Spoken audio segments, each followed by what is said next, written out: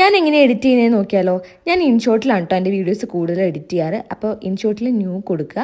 അതേപോലെ നമ്മൾ എടുത്തു വെച്ചിട്ടുള്ള കുറേ ക്ലിപ്പിംഗ്സ് ഉണ്ടാവും, അത് ഇതേപോലെ സെലക്ട് ചെയ്ത് കൊടുക്കുക. ഏതൊക്കെ വീഡിയോ ആണ് നിങ്ങൾക്ക് അതിൽ ആഡ് ചെയ്യാനുള്ളത് അത്രയും ആഡ് ചെയ്ത് കൊടുക്കുക കേട്ടോ. അതിനുശേഷം സ്പ്ലിറ്റ് എന്നുള്ള ഓപ്ഷനിൽ ഇതുപോലെ ഒന്ന് കട്ട് ചെയ്തെടുക്കുക കേട്ടോ.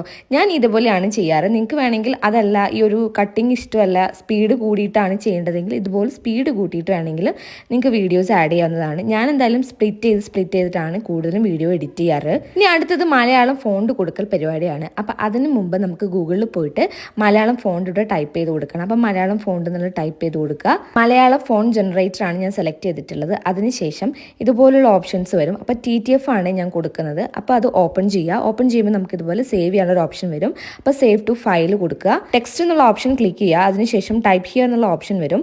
ടൈപ്പ് ചെയ്യുന്ന സമയത്ത് ഇമ്പോർട്ട് എന്നുള്ള ഓപ്ഷൻ കാണാൻ പറ്റും. അപ്പോൾ ആ ഇമ്പോർട്ടിൽ ഫയൽസ് എടുക്കുക. ഞാൻ ഇത്രയും ഫോൺസ് ആണ് ഡൗൺലോഡ് ചെയ്ത് വെച്ചിട്ടുള്ളത്. അപ്പോൾ നേരത്തെ നമ്മൾ ഡൗൺലോഡ് ചെയ്തിട്ടുള്ള ആ ഒരു ഫോണ്ട് ഇവിടെ സെലക്ട് ചെയ്ത് കൊടുക്കുക. അപ്പോൾ ഓട്ടോമാറ്റിക്കലി അത് ഇമ്പോർട്ട് ആയിട്ടുണ്ടാവും.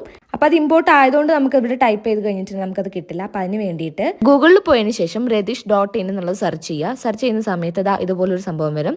അപ്പോൾ അത് ക്ലിക്ക് ചെയ്യുക. ക്ലിക്ക് ചെയ്തതിന് ശേഷം ഇവിടെ ടൈപ്പ് ഹിയർ എന്നുള്ള ഓപ്ഷൻ ഉണ്ട്. ഇപ്പോൾ മേലെ തന്നെ നമുക്ക് എന്താണോ മലയാളത്തിൽ വേണ്ടത് അത് ഞാനിവിടെ അടിച്ചു കൊടുക്കുന്നുണ്ട്. അപ്പോൾ വൈകുന്നേരം എന്നുള്ള ഓപ്ഷനാണ് ഞാൻ അടിച്ചു കൊടുത്തിട്ടുള്ളത്.